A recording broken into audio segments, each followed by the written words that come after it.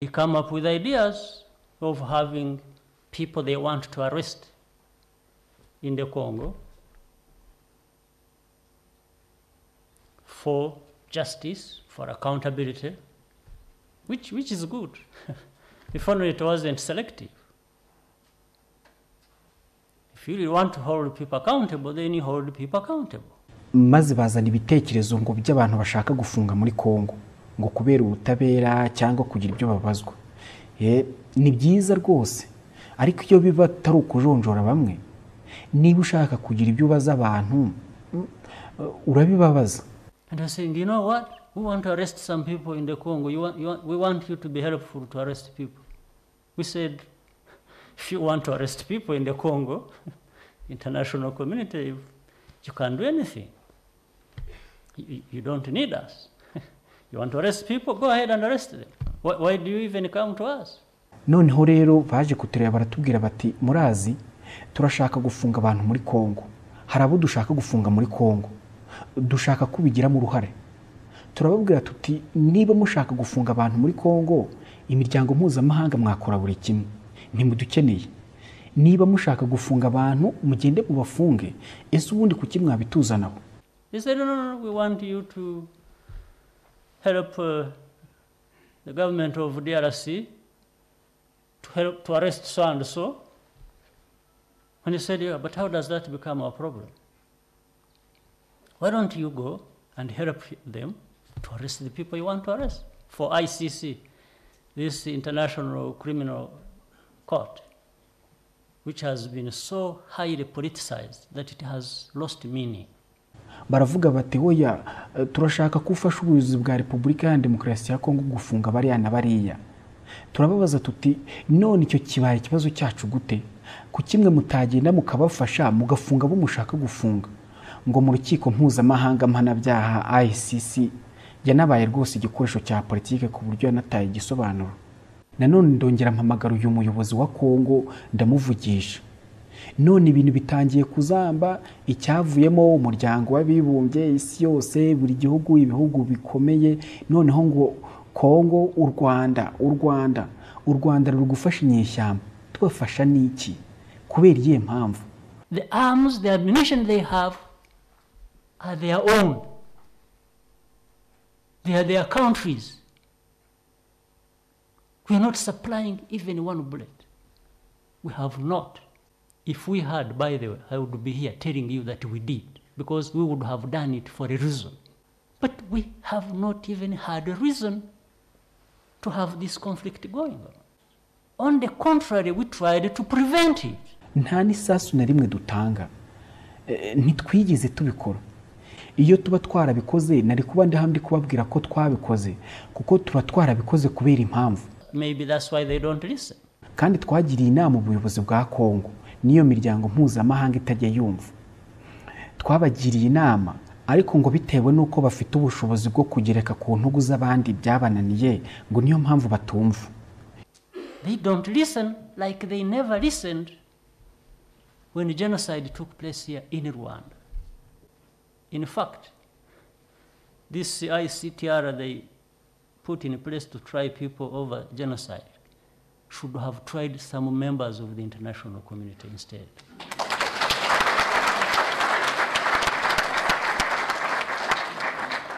Ntibumva nkuko batumvisha igihe genocide yabaga hano mu Rwanda. Ahubwo izi nkiko ngo ni ICTR ngo zicira abantu imanza ku byaha bya genocide bakagombye kuba baraciriye imanza bamwe mu bagize iyo miryango mpuzamahanga. Jesus. If the world has these kinds of experts, yes we. Niba isi ifite impuguke aho raporo z'aba abantu bagiye kujya babishinjwa. Isi ikoranabuhanga iri gutera imbere ku muvuduko udasanzwe. Ese ubucuruzi bwawe buri kugendana n'igihe? Mu gihe abakiriya bari kujya hari udushya no gukemura ibibazo mu buryo bwihuse bakorana n'ibisa neza, waba uri gusigara inyuma cyane utaramenya igisubizo cya Vartok. Vartok ni company itanga serivisi z'ikoranabuhanga zirimo gukora website zigezweho, system za management zikomeye, graphic design na videography bibereye ijisho kandi bijyanye n'igihe. Batanga kandi amahugurwa ku bigo n'amashyirahamwe mu gukoresha AI, ubwenge bw'ubukorano, bikazamura umusaruro ku kigero cya 40% kandi bikagufasha gukomeza bifuza kuba ku isonga muri competition. Ibyo byose babikora ku giciro cyiza. Ku bindi bisobanuro wahamagara kuri 0791 50 16 68 cyangwa ukatwandikira kuri email info@valtalk.rw. Wadusanga kandi no kuri website yacu valtalk.rw. Gukorana business na Valtalk ni ukujyana n'isi y'ikoranabuhanga by'umwihariko muri iki gihe cya artificial intelligence. Reka nongere ngusuze kandi ngushimire gukurikiye Ukwezi TV, udukurikiye uri mu Rwanda n'abadukurikiye bari mu mahanga mu bihugu bitandukanye hirya no hino ku isi. Hashize igihe havugwa byinshi ku mutwe wa 23 ndetse hanavugwa byinshi kuko u Rwanda rwaba rutera inkunga uyu mutwe witwaje intwaro urwanya ubutegetsi bwa Repubulika ya Demokarasi ya Kongo. Nubwo iterambere n'ikoranabuhanga rigezweho bituma uyu munsi aribwo bivugwa cyane, ariko ibi byo gushinja u Rwanda gushyigikira M23 ntabwo ari ibyavuba. Ni ibintu bimaze imyaka irenga 10 ndetse si n'ubwa mbere u Rwanda rufatiwe ibihano rushinjwa gutera inkunga mu 23. Ibi byarabaye muri 2012. Icyo gihe ni nabwo Perezida Paul Kagame yagarutse kuri byinshi bisa n'ibyo muri kubona uyu munsi bishingiye ku gitutu cy'umuryango mpuzamahanga. Icyo gihe ubwo yari Nyakinama mu karere ka Musanze, umukuru w'igihugu cy'u Rwanda yasobanuye byinshi, agaragaza uburyo baje kumubwira ngo akemure ibibazo bya Kongo nyamara bitaramurebaga. Yasobanuye kandi uburyarya n'ubwiyemezi bw'umuryango mpuzamahanga, asobanura ibikangisho bakunze kumushyiraho ndetse anasobanura mu by'ukuri uko ibintu byagenze icyo gihe nuko u Rwanda rwaje kwisanga rwaraje muri ibyo bibazo. Umukuru w'igihugu kandi yasobanuye byinshi birimo n'urukiko mpuzamahanga rukorera Irahe mu Buholandi rwamaze kuba igikoresho cya politiki. Ni ijambo yavuze mu rurimi rw'Icyongereza ariko turagerageza kurishyira mu rurimi rw'Ikinyarwanda. But this problem has not been caused by Rwanda, has not been abetted by Rwanda. On the contrary, in the last 3-4 years, nobody in this region, on this continent and beyond, has worked very hard to see peace come to our country and the peace to our neighboring countries than Rwanda. Iki kibazo nticyatewe n'u Rwanda, ntikigeze gikururwa n'u Rwanda, ahubwo ku rundi ruhande mu myaka 3 cyangwa 4 ishize nta muntu n'umwe muri aka karere kuri uyu mugabane n'ahandi wigeze ukora cyane kurusha u Rwanda kugira ngo haboneke amahoro mu gihugu cyacu no mu baturanyi. But actually the problem came from outside. Both if you have to look at the long history of it or even the recent one. This recent history, this recent problem that you see here was created by the international community, our partners. Ariko mu by'ukuri ibibazo bituruka iyo hanze byaba ari ibyabaye mu mateka ya kera cyangwa ibimaze agahe bibo. Ibi bibazo bimaze agahe bibo ibyatewe n'imiryango mpuzamahanga ngo abafatanya bikorwa bacu. And because they don't listen, they are so arrogant. They don't listen. In the end, they don't actually provide a solution. They just keep creating problems for us. They are so arrogant that they don't listen. Kandi biturutse ku kutumva kwabo, bariyemera, ntibumva kandi nyuma na nyuma ntibatange n'umuti w'ikibazo, bo bakomeza kuturemera ibibazo gusa. Bariyemera ku buryo batumva rwose. We know better our problems. We know better these problems of the region. We are genuine about wanting to find a solution. Tuzi neza ibibazo byacu, tuzi neza ikibazo cyo mu karere, tuzi ukuri nyako ku gushaka igisubizo. But they will come run over everything, like other people don't matter. Then when things explode, well, they'll come around and blame you for it, even if they are the ones who caused the problem.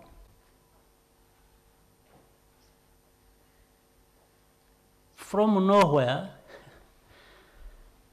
ariko bazaza bayobore buri kimwe nk'abandi bose batagize icyo bitayeho nibibaturikana baza babigushinje niyo baba ari bo bateye ikibazo ntaho biturutse. When we have been dealing with all these problems for all these years, tumaze igihe kinini duhangana n'iki kibazo muri iyo myaka yose. This country, Congo, DRC, had elections with all problems it had. We tried to play a very positive role with the government in the Congo. And after that, we were working together to deal with the security challenges that affect us, that have affected us for the last 18 years.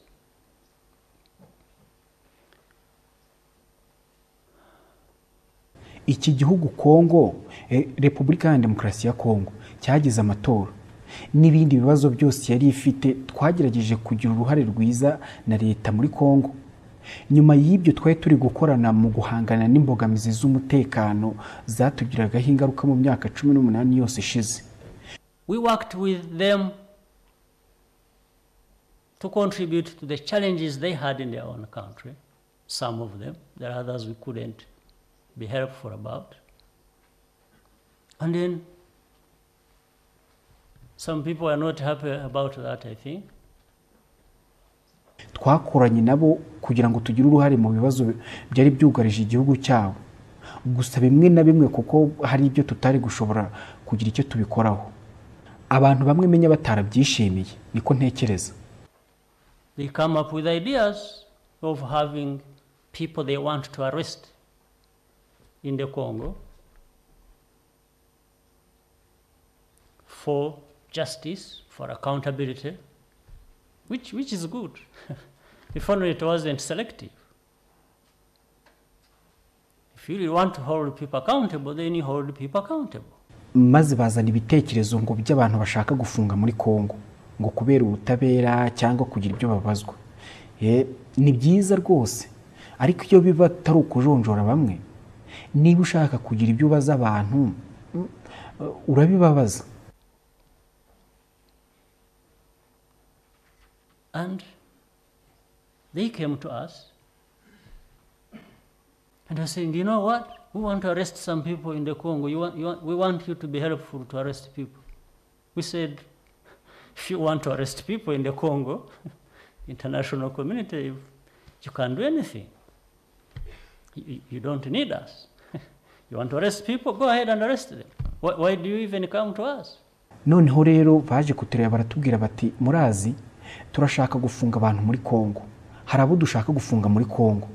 Dushaka kubigiramo uruhare. Turababwira tuti niba mushaka gufunga abantu muri Kongo, imiryango mpuzamahanga mwakora buri kimwe. Ntimudukeneye. Niba mushaka gufunga abantu mugende mubafunge. Ese ubundi kuki mwabituzanaho? They said, no, we want you to help the government of DRC to arrest so and so. And he said, yeah, but how does that become our problem? Why don't you go and help them to arrest the people you want to arrest for ICC, this International Criminal Court, which has been so highly politicized that it has lost meaning. Baravuga bati oya turashaka kufasha ubuyobozi bwa Repubulika ya Demokarasi ya Kongo gufunga bariya na bariya. Turababaza tuti none icyo kibaye ikibazo cyacu gute? Ku kimwe mutagenda mukabafasha mugafunga bo mushaka gufunga ngo mu rukiko mpuzamahanga mpanabyaha ICC yanabaye rwose igikoresho cya politike ku buryo yanataye igisobanuro. And we said, for whatever reason, you don't even need to explain to us. Go ahead and do whatever you want to do, but don't involve us. We don't want it. We don't want to be involved. We don't even understand what you are doing. They said, no, you must. Twababwiye ko nta mpamvu nimwe yo kuza kubidusobanurira. Mwagenda mugakora ibyo mushaka gukora ariko ntimubidushoremo, ntitubikeneye, ntidushaka kubijyamo, nta nubwo twumva n'ibyo muri gukora. Bati hoya mugomba kubikora, mugomba. Now actually the pressure turned from the country where they wanted to arrest people, they turned to us. This was before this conflict, by the way. When I'm saying this, it's before this conflict. I'm only giving you the origin of it, how it doesn't even involve Rwanda, even though at the end of it, you've seen all the accusations. None igitutu kiva ku gihugu aho bashakaga gufunga abantu kituzaho. Ibyo byabaye imbere y'aya makimbirane. Nimvuga ibi mwumve ko ari imbere y'aya makimbirane. Ndimo ndababwira inkomoko yayo, ukuntu n'u Rwanda tutanabirimo pe, nubwo nyuma yabyo muzabona biriya birego byose. I'm sure maybe by the end of the day, we are going to be accused of holding a meeting in Inyeshyamba plotting to do something in the Congo.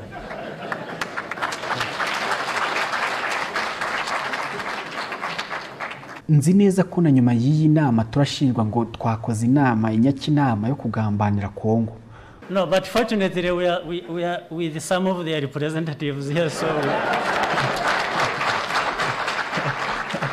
I think they may be considerate because of this. Ariko kubw'amahirwe turi kumwe n'ababahagarariye, ndibaza babizirikana kuko turi kumwe. And you know, it kept going on and on and on. And we were saying, look, but you are messing up. Things are beginning to take shape in the Congo. We are working with the Congolese government. There are still problems. Instead of you joining hands with everybody and trying to help this situation, this whole approach of yours is going to create a mess. Ubwo rero byarakomeje birakuruka, turababwira tuti nyamara muri kubyangiza, ibintu biri guhindura isura muri Kongo. Turi gukorana na leta ya Kongo, ariko haracyari ibibazo. Aho kugira ngo mutwiyungeho ngo dushyire hamwe na buri wese kugira ngo tugire icyo dufasha muri iki kibazo, uyu muvuno wanyu ugiye guteza ibibazo. We warned them, we advised them, we appealed to them, they just couldn't listen. I think then they developed an idea that if we can't have you support this government and support us to arrest this, then we will put you together with those we want to arrest. Twarababuriye, twabagiriye inama, twarabasabye, ariko ntibumva. Bahise bazana igitekerezo ngo niba udafashije leta ngo natwe dufunga aba bantu, tuzagushyira hamwe nabo dushaka gufunga. That's really how it turned out to be. I'm not dramatizing anything here. I'm just telling you the real story.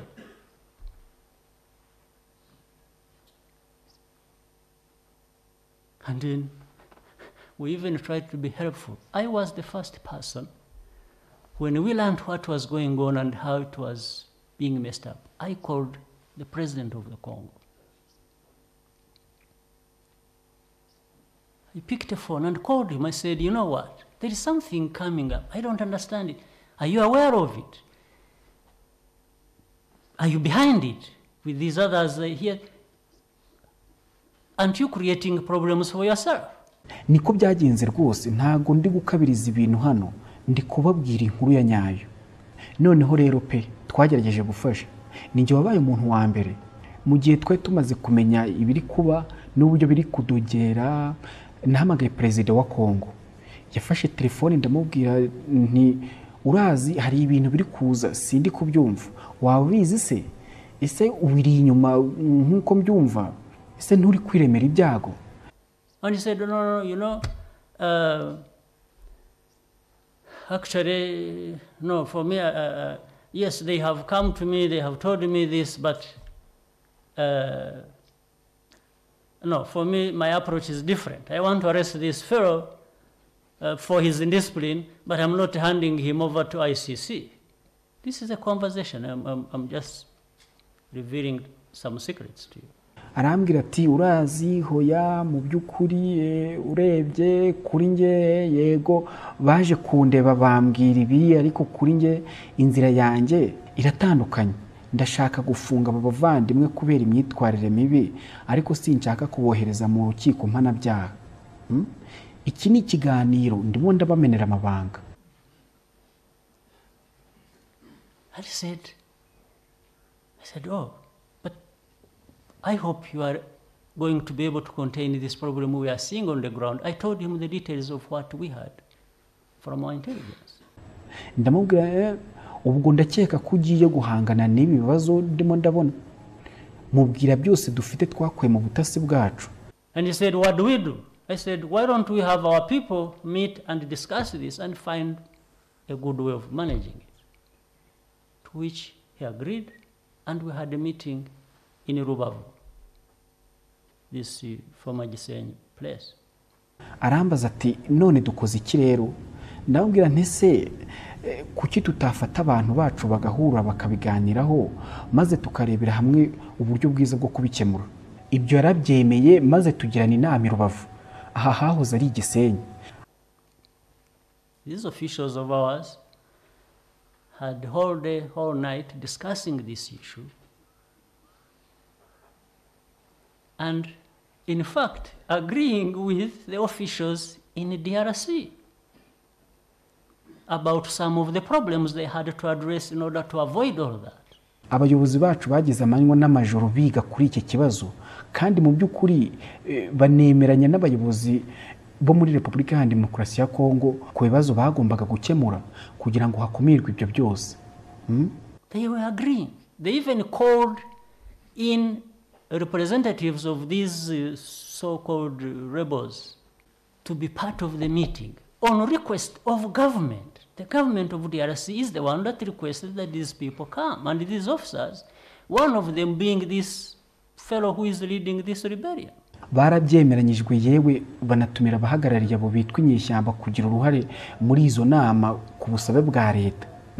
Leta ya Repubulika ya Demokarasi ya Kongo niyo yasabye ko abo bantu baza, kandi umwe muri abo bayobozi yari uwari uyoboye izi nyeshyamba. They were in the meeting.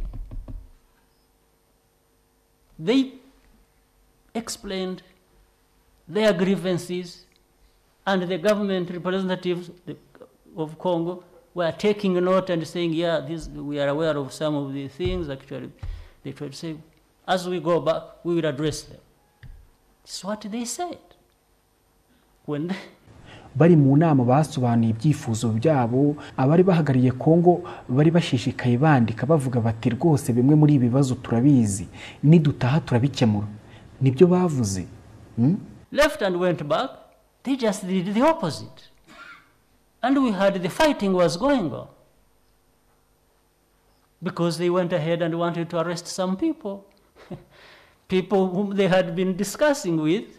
And the whole thing was spinning out of control.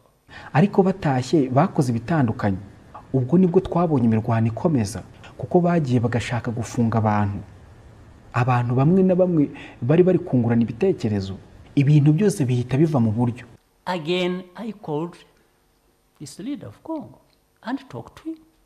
When things continued getting out of, the only thing that came out was now UN, the whole world, every country that you know these powerful countries. Then the Congo, Rwanda is helping the rebels. Helping them with what?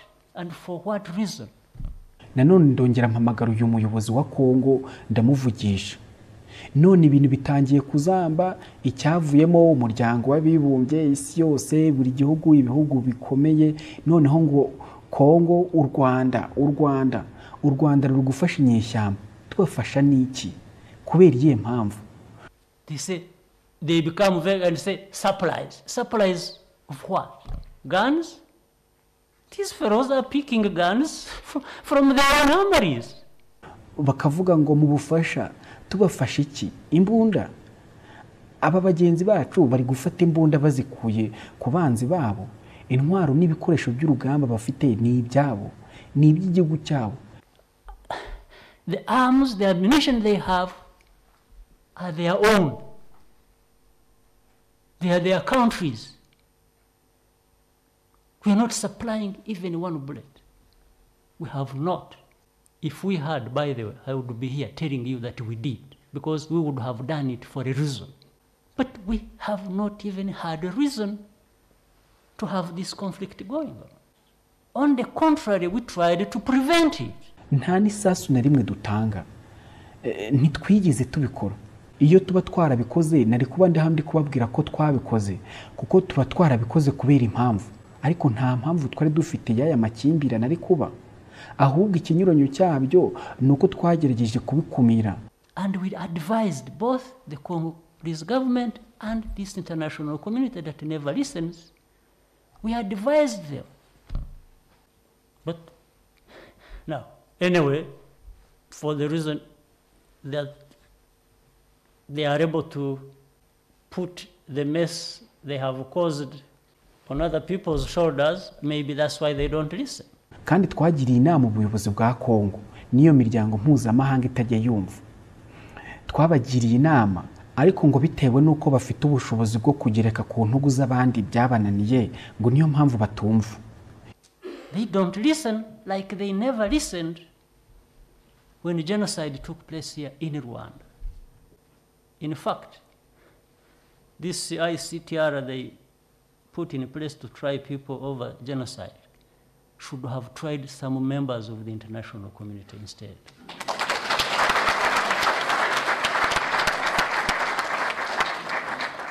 Ntibumva nkuko batumvisha igihe jenoside yabaga hano mu Rwanda.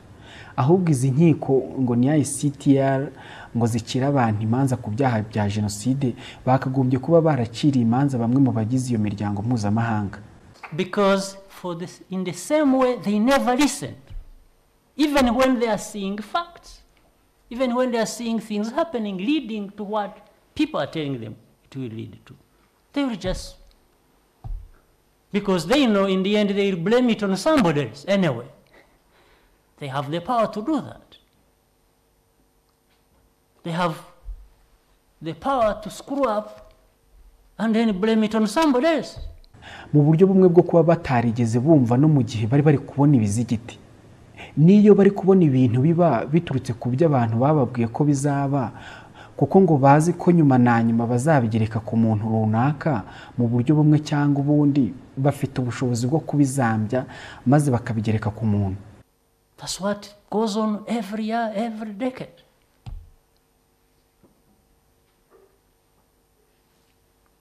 They've screwed up in this case of Congo, and they bring it and put it on our shoulders.